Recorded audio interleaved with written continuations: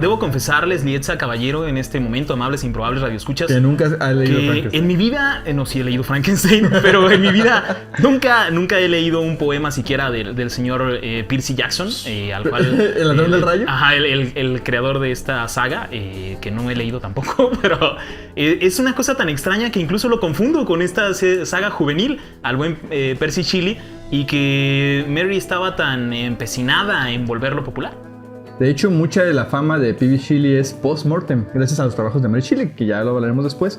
Pero tiene algunos trabajos maravillosos, o sea, algunos poemas que también creo que la poesía de Shelley es mucho más compleja que la narrativa de Frankenstein, con salvedades, habrá que decirlo. O sea, Percy tenía un bagaje literario súper complejo y además la poesía siempre ha sido pues, de otra índole, ¿no? La actuación poética y la escritura poética diferente a lo narrativo. Pero sí creo yo que mucho de la fama de pronto que Percy tuvo fue no solamente por su talento, o sea, sí tenía talento, sino también por los trabajos de Mary Shelley, ¿no? Por ahí buscaré alguno de los poemas de Percy, pero por ponerles un ejemplo, él hace un poema a uno de los cuadros de William Blake más famosos, que es El hombre mirando la inmensidad del infinito, que también, o algo así se llama, que saben que en Café Ácido todo lo tenemos que decir muy seguros, como si fuese cierto, aunque no sea tan cierto. Aunque no tengamos fuentes. Pero ese cuadro y ese poema en específico son los que marcan como el nacimiento del romanticismo o lo que tiene es un fenómeno identitario del romanticismo, ¿no? Es una figura de un hombre en la cima de una montaña, visto de espaldas, viendo como una bruma así, en un acantilado. Y Percy Shelley hace un poema para ese cuadro, ¿no? Entonces es famoso. Sí, es muy famoso. No tan famoso, pero sí. Yo lo recuerdo como Schopenhauer mirando por la montaña, pero sí, esa descripción que haces me gusta más. Bueno, entrando ya en materia, Mary Shelley fue hija de William Godwin. ¿Quién fue William Godwin? William Godwin fue un escritor y filósofo inglés. Nació el 3 de marzo de 1756 en Wisbeach, Cambridgeshire. Fue sacerdote de una secta religiosa disidente y en 1785 se declaró ateo. Como cualquier director de secta religiosa disidente, ¿no? O sea, sí. Creo que después de que haces una secta religiosa disidente, lo que puedes hacer es pues declararte ateo. Sí, sobre todo cuando ya estás en bancarrota y no quieres pagarle a tus acreedores, entonces puedes decir, no, Dios no existe, yo nunca hice eso, con permiso me voy. Exactamente, porque es contrario a lo que podemos pensar con cualquier secta religiosa disidente como Pare de Sufrir. En realidad William Godwin, esa decisión lo llevó a la bancarrota, ¿no? Sí, es curioso, normalmente uno hace su propia religión, en Café Ácido lo intentamos para poder salir de la pobreza, para tener un sustento con el cual llevar la comida a todos nuestros hijos, pero pues no, en este caso a William Godwin no le salió bien, le salió más bien el tiro por la culata y el templo por las ventanas, así que tuvo que desistir de su herejía y declararse ateo. Así, exactamente, y casi 10 años después, en 1793, escribe un tratado buenísimo que se llama Investigación referente a la justicia política y su influencia en la virtud general y la felicidad. Ahora que hablábamos fuera de cámaras hace unos días, Cavalcanti y yo, en nuestras muchísimas charlas. Sí, donde preparamos estos programas. Exactamente, intelectuales, con absenta y un poco de todo ese tipo de sustancias. Con alcohol y mujerzuela. Exactamente, ahí decíamos que la felicidad es un bien inacible y que hablar de felicidad es un tanto peliagudo y ese concepto se traslapa a otros. Pero William Wollstonecraft dice, ¿sabes qué? La felicidad sí existe, sí hay una relación directa con la justicia política y aunque traten de censurarnos, no lo lograrán, ¿no?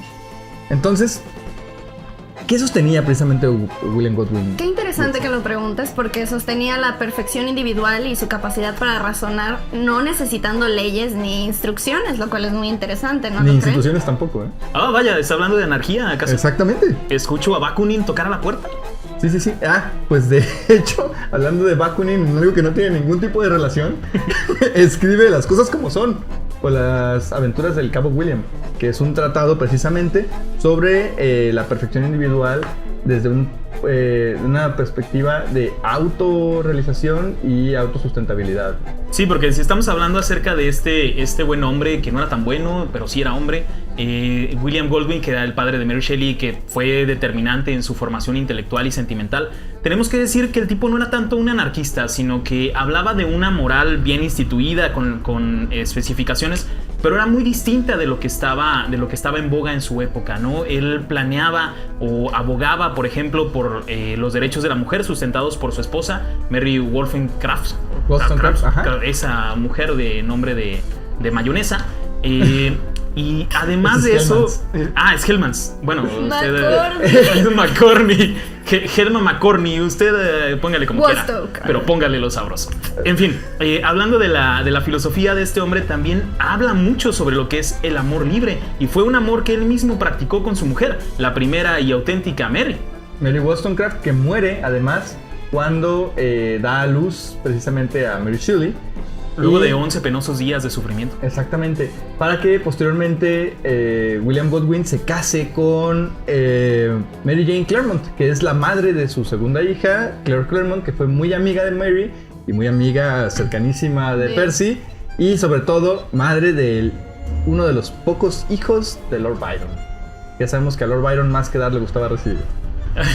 Entonces Godwin se dedica a la edición, escribe muchísimos tratados, muchísimas cosas, pero sobre todo defiende muchísimo los trabajos de Mary Wollstonecraft, que fue, o podríamos considerar que fue, la primera gran feminista de la historia. No sé cómo lo ven ustedes.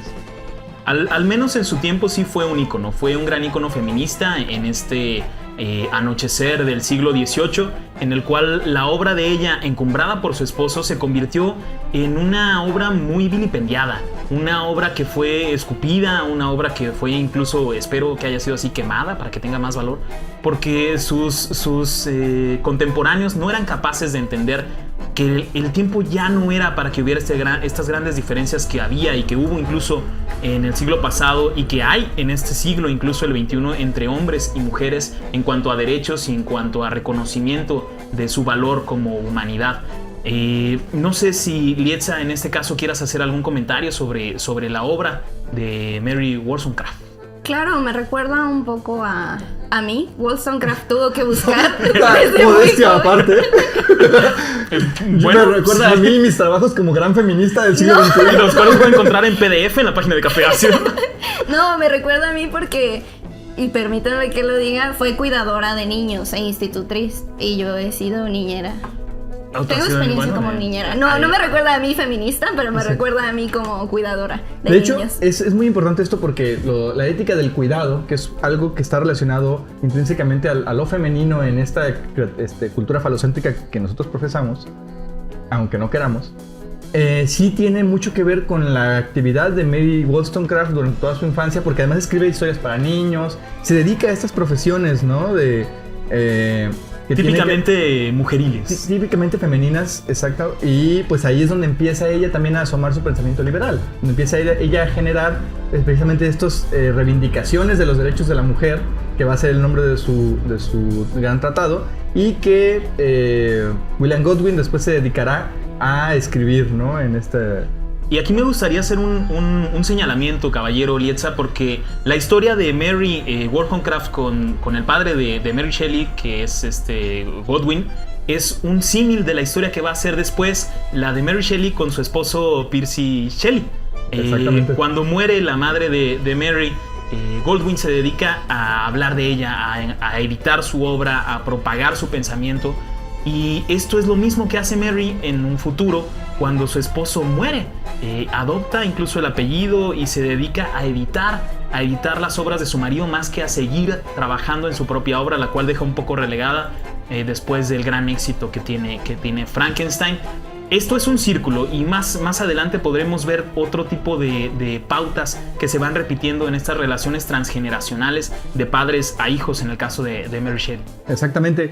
Creo que la relación con Shelley tuvo desde los inicios algo súper complicado, ¿no? Que va subiendo increciendo, aunque sea válgame la redundancia, ¿no? Va increciendo hasta que llega al punto máximo de la realización de la pareja de Mary y de Percy en la Villa Diodati en aquel año sin verano. spring of 1315.